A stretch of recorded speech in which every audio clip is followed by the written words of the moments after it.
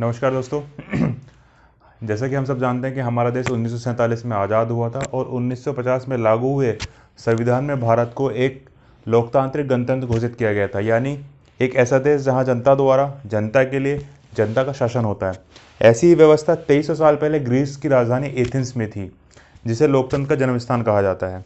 लेकिन क्या आप जानते हैं, एथेंस में लोकतंत्र अपने शुरुआती दिनों में इतना विकृत हो गया था कि लोकतंत्र और जनता के लिए हुए फैसले की आड़ में सुकरात जैसे महान दार्शनिक को भी मौत की सजा सुना दी गई थी। उन पर युवाओं को भड़काने का आरोप लोकतंत्र की खामी बताया था।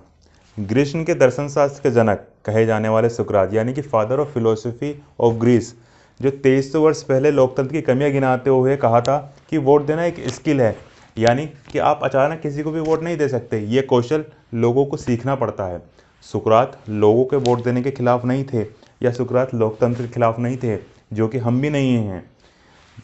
लेकिन उनका मानना ये था, जब तक लोगों को सही नेता और सही मुद्दों की परख नहीं होगी, तब तक लोकतंत्र को मजबूत नहीं बनाया जा सकता है। दोस्तों, ग्रीस के ही एक दूसरे दर्शन शास्त्री यानी कि एक फिलोसफर हुए हैं प्लेटो, जिन्होंने पांच तरीके की शासन व्यवस्थाओं का जिक्र किया था कि 5 तरीके की शासन व्यवस्थाएं हो सकती हैं, जिसमें हमारी डेमोक्रेसी और चौथे नंबर पे आती है। और डेमोक्रेसी के बाद एक आती है निरंकुश शासन, जिसको बोलते हैं ऑटोक्रेसी या टायरेनी। डेमोक्रेसी जहां स्वतंत्रता को सबसे ऊपर रखा जाता है और जहां आज़ादी ही सबसे बड़ी होती है, लेकिन धीरे धीरे ये आज़ादी गुलामी में बदलने लगती है। आज़ादी के नाम पर कई बार लोग कानून भी तोड़ने लगते हैं और फिर स्थितियां अराजक होने लगती हैं। आखिर नंबर आता है अराजकता का, जिसको बोलते हैं टायरेनी, ऑटोक्रेसी, जिसको निरंकुश व्यवस्था भी कहा जाता है। इसमें एक ऐसे नेता का जन्म होता है जो लोगों को उनके अधिकार दिलाने की बात करता है, उनको उनके अधिकार दिलाने के सपने दिखाता है, उनको बोलता है कि आप मेरे साथ खड़े रहिए, आप मेरे पीछे चलिए, मैं आपको आपके सारे अधिकार दिला। नेता लोगों के साथ हर मोड़ पर खड़ा रहता है, या तो फिर वह नेता तानाशाह बन जाता है, या फिर सत्ता पर काबिज होकर शासन का हिस्सा बनकर शासन करता है। जिसका जिंदा उदाहरण, जिसका जीता जागता उदाहरण हमारे सामने है लोकपाल बिल। लोकपाल बिल में हम सब जानते हैं कि लोकपाल बिल के लिए कहां कहां से आंदोलन स्टार्ट हुआ, कैसे आंदोलन की शुरुआत हुई, कौन कौन उसका हिस्सा था और आखिर में क्या हुआ। और हमें ये भी पता है कि लोकपाल की नियुक्ति हुई कि विरोध या आंदोलन नहीं करना चाहिए, अपने हक के लिए आवाज़ जरूर उठानी चाहिए। दोस्तों, अरे जिस देश का संविधान ही आंदोलन करने से बना हो, उस देश के नागरिकों को कोई नहीं रोक सकता है। अगर आप कुछ गलत होता हुआ देखते हैं और शांत रहते हैं, तो वह भी एक तरीके की गुलामी ही है। हम लोगों को करना क्या चाहिए? अगर आप किसी भी चीज़ का विरोध करते हैं, तो आपको उस विषय की संपूर्ण जानकारी होनी चाहिए। अपने आप को उस व्यवस्था के अंदर आपको रख के देखना चाहिए कि मेरे प्लस, मेरे माइनस क्या क्या हैं, मेरा फ़ायदा क्या होगा, मेरे नुकसान क्या क्या होंगे। हाँ, लगता है कि मेरा नुकसान ज़्यादा होगा, मेरे फ़ायदे कम हो रहे हैं, और आपको लगना है कि लॉन्ग टर्म में ये फ़ायदा है या नुकसान है, तब आपको आवाज़ उठानी चाहिए। आप सोशल नेटवर्किंग, व्हाट्सएप यूनिवर्सिटीज़ के ग्रेजुएट्स या फेसबुक फिलोसफर्स की बातों में ना आए, अपने आप को भीड़ का हिस्सा ना बनाएं। सीधा सवाल यही है कि कब तक आप अपने आप को भीड़ का हिस्सा बनाकर रखेंगे।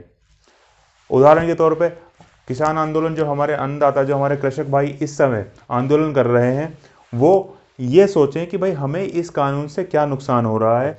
मैं आपको ये बता दूं कि 50 से 60% लोगों को कानून के अंदर क्या क्या उल्लेख है, क्या क्या बताया गया है, एमएसपी क्या है, क्या एपीएमसी का होना है, ये सारी चीज़ें की जानकारी बहुत ही कम लोगों को है। मैं योग्यता या दक्षता पर सवाल नहीं उठा रहा हूँ, लेकिन इतना तो होना चाहिए कि किन विषयों को लेकर आप आए हैं, ये जानकारी तो होनी चाहिए, ना कि आप भीड़ का हिस्सा बने।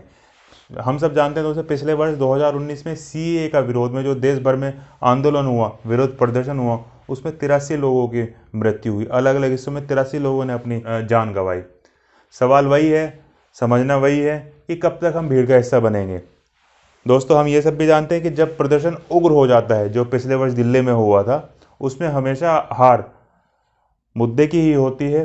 असल मुद्दे के पीछे रह जाते हैं, और जीत हमेशा सत्ता विरोधी मुख्यधारा की राजनीतिक पार्टियों की होती है, और असल मुद्दा मुद्दा ही रह जाता है।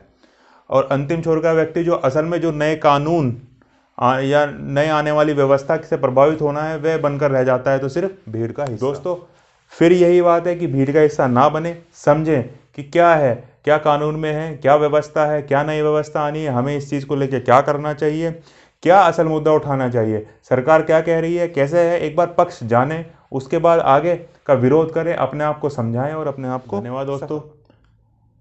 वीडियो कैसी लगी आप लाइक और कमेंट करके बता सकते हैं। ना वही है, समझाना वही है कि हमें अपने आप को भीड़ का हिस्सा बनने से बचाना है। हम कब तक भीड़ का हिस्सा बने रहेंगे, और अपने मुद्दे को प्रखर करना है। अगर वो मुद्दा जायज़ है, समझना है कि हाँ हाँ ये बिंदु है, हमें किसी भी ऐसे नेता, ऐसे नेता, ऐसे पक्ष, ऐसे पार्टी या ऐसे किसी संगठन से नहीं जुड़ना है कि जिसका असली मुद्दा हमारे मुद्दे से डिफर करता हो, हमारे मुद्दे से विपरीत हो, उसके कोई अपनी ही गोपनीय कोई सोच हो, अपनी कोई गोपनीय महत्वाकांक्षाएं हों जो हम लोग उस समय नहीं समझ पा रहे हैं, आंख बंद करके विश्वास कर रहे हैं। धन्यवाद दोस्तों।